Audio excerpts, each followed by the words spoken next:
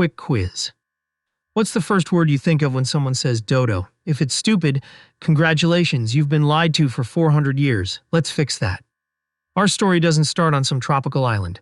It starts 25 million years ago, somewhere in Southeast Asia, with a completely unremarkable pigeon.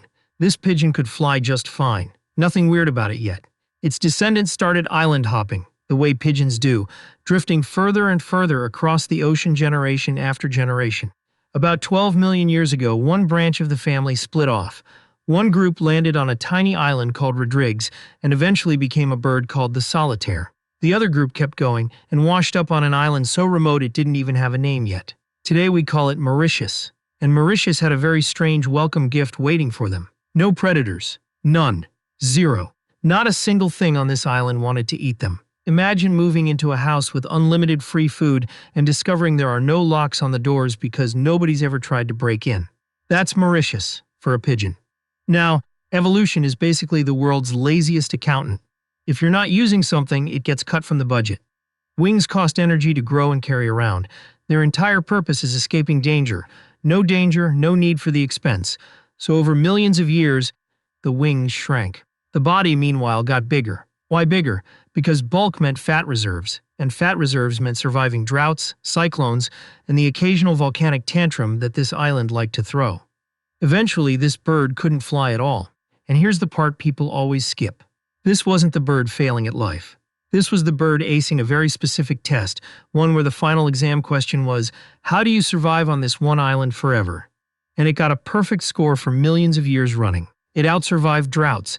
It outsurvived eruptions. It built a body built like a tank, minus the going anywhere part.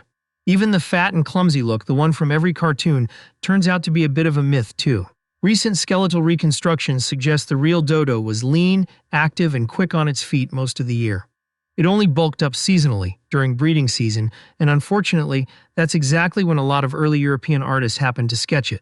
Wrong bird, wrong season, permanent reputation. So there it was. No predators, no fear, no need to fly, no need to worry, a pretty good life if you're a bird. Then, 1598, a Dutch fleet shows up. Now here's a fun detour before things get sad. Nobody's totally sure where the name dodo even comes from. Some linguists trace it to the Dutch word dodars, which roughly translates to something like knot ars, a reference to the little tuft of feathers on its rear end. Smithsonian Magazine, others think it comes from the Portuguese word dudo, meaning simpleton or fool, allegedly because the bird had zero fear of people and was embarrassingly easy to catch. Dogga News. And the Dutch sailors themselves apparently had an even less flattering nickname for it first, Walgvogel, which translates to disgusting bird. And this was reportedly a comment on how it tasted, not how it looked. Triple helix. So even before the extinction, this bird was already getting terrible reviews. Harsh crowd, those 17th century sailors. Now back to the beach. The dodo sees these strange new two-legged creatures walking around and does the one thing its entire evolutionary history had trained it to do. Absolutely nothing. No fleeing, no hiding. It just stood there. Maybe tilted its head a little. Put yourself in the sailor's boots for a second. You've been at sea for months eating hardtack and whatever's left of the ship's rats. And here's a bird the size of a turkey, walking right up to you, showing no fear whatsoever. To them, this looked like the dumbest animal on earth. In reality, it was the smartest possible behavior for an animal that had never once needed a fear response in its entire evolutionary history. Fear is expensive too. If nothing has ever hurt you, evolution doesn't waste resources building an alarm system for a threat that's never shown up. The dodo wasn't failing a test. It was taking a test nobody had told it existed. So hunting began. Fresh meat for ships headed on long voyages, and the dodo made an almost comically easy target. But here's the twist that most retellings skip entirely. Hunting alone probably wasn't enough to wipe out an entire species. The real villain was smaller, furrier, and didn't even walk onto the island on its own 2 feet. Rats. Stowaways riding in on the ships completely uninvited. Along with them came dogs, cats, pigs, and eventually monkeys, all released onto an island that had never had to deal with any of them.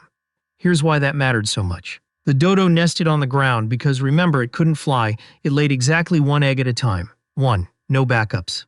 For millions of years, that 1 egg sat on the forest floor completely safe because nothing on the island had ever wanted to eat it. Then suddenly there were rats everywhere, and pigs, and monkeys. To them, an undefended egg sitting right at ground level was basically a free meal with a bow on it. The dodo had no defense strategy for this because defense had literally never been necessary before. It's like being handed a pop quiz on a subject that didn't exist yesterday. Breeding started collapsing almost immediately, and the dodo wasn't dying alone.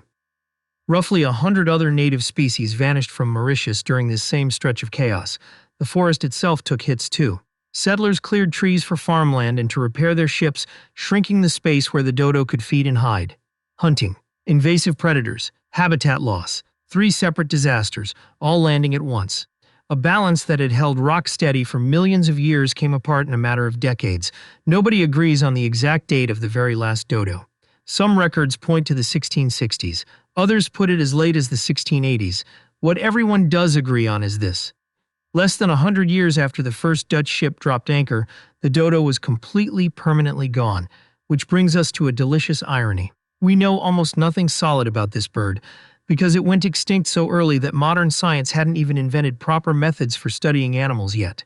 There are exactly 2 nearly complete dodo skeletons in existence anywhere on Earth. And there is exactly 1 piece of dodo soft tissue left in the entire world, a mummified head sitting in a museum at Oxford. That's it. That's the whole surviving physical record of an animal that ruled an island for millions of years. Everything else we know comes from a handful of rough sketches made by sailors who, let's be honest, weren't exactly trained wildlife illustrators. And here's the kicker. That sloppy secondhand first impression is the one that stuck for 4 centuries. 1 bad sketch, and suddenly you're the mascot for stupidity forever. Rough deal. Speaking of the mascot thing, let's talk about how the dodo became basically the Kardashian of extinct animals. In 1865, Lewis Carroll put a character called the Dodo into Alice's Adventures in Wonderland. Financial content. Carroll's real name was Charles Dodgson, and there's a popular theory that he used the dodo as a stand-in for himself because his stutter made him introduce himself as Dodo Dodgson. Peck perk. That book became massively popular, and not long after, phrases like as extinct as a dodo and eventually as dead as a dodo started showing up in newspapers. Google arts and culture. So the dodo's fame as the ultimate symbol of gone forever partly comes down to one Victorian author's stutter. History is weird. Okay. Now for the moment the whole video has been building toward. Was the dodo actually stupid? In 2016, a team of researchers ran a detailed CT scan on a dodo skull to reconstruct the shape of its brain. Wikipedia. The results were frankly a bit awkward for everyone who's ever used dodo as an insult. The brain wasn't undersized at all. It was exactly proportional to the bird's body, completely unremarkable in the best possible way. Wikipedia.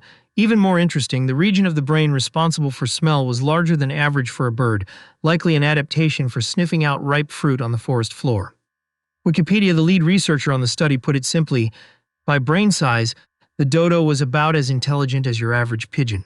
Triple helix. And pigeons, despite their reputation as flying rats, are actually pretty sharp. They were trained and used as messenger birds in both world wars, successfully carrying military communications across enemy lines. Triple helix. So somewhere out there is a pigeon whose great-great-great-grandparent helped win a war, and it's related to the bird we all call an idiot. The universe has a sense of humor.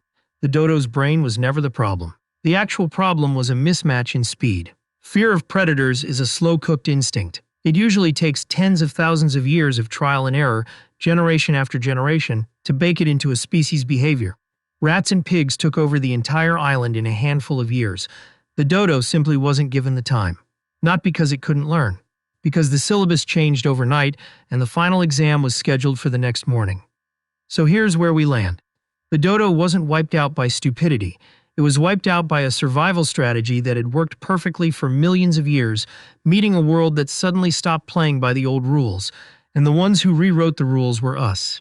One last twist before we go, because this story actually isn't finished yet. In February 2023, a biotech company called Colossal Biosciences announced plans to try to bring the dodo back. Global news. They're now working with a conservation group in Mauritius, aiming to eventually reintroduce a genetically reconstructed dodo to the same island it vanished from. Whether that actually works is a whole separate, much more complicated conversation. But there's something almost poetic about it. The animal we spent 400 years mocking as too dumb to survive might end up being the animal we work hardest to bring back. Maybe that's the real lesson here. We didn't lose the dodo because it made a mistake. We lost it because we showed up, and it had no idea it was supposed to be afraid of us yet.